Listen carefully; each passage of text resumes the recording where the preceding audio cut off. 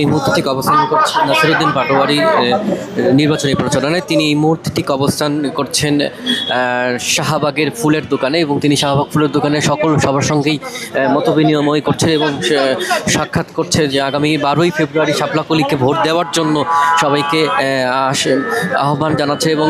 চাঁদাবাজ এবং টেন্ডারবাজি যাতে না থাকে সেই লক্ষ্যে যাতে 12ই ফেব্রুয়ারির পর কোনো চাঁদাবাজদের কোনো স্থান থাকবে না, এমনটি তিনি সবাইকে তিনি বলছেন। এবং এছাড়াও তিনি কাঁচা বাজার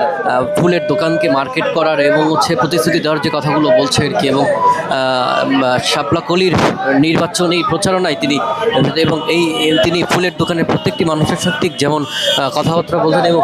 আগামী 12ই ফেব্রুয়ারি যাতে নির্বাচনে সুষ্ঠু নির্বাচনে এবং সবার জন্য ভোট দেওয়ার জন্য ফুলের দোকানের যে মার্কেট থেকে যেই চাঁদাবাজি, যেই টেন্ডারবাজি, এছাড়াও যেই সন্ত্রাসীদের যেই স্থান যাতে না হয় সেই প্রতিশ্রুতি সবাইকে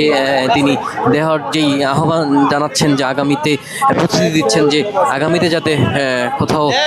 সেটা না থাকে। এবং সবাই কিন্তু স্লোগানে মুখরিত হচ্ছে শাপলাকলি, এবং আমরা যদি দেখাতে যে শাপলাকলির যেই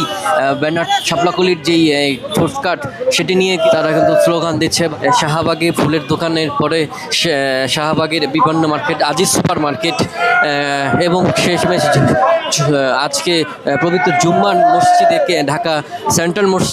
ঢাকা বিশ্ববিদ্যালয় সেন্ট্রাল মসজিদে নামাজ পড়ার পরে কিন্তু তিনি শরীফ ওসমান হাদির বিচার দাবি এবং জিয়ারত এবং বিচারের দাবি নিয়ে একটি কিন্তু মিছিলের কথা তিনি তাদের ইয়ে থেকে বলা হয়েছে।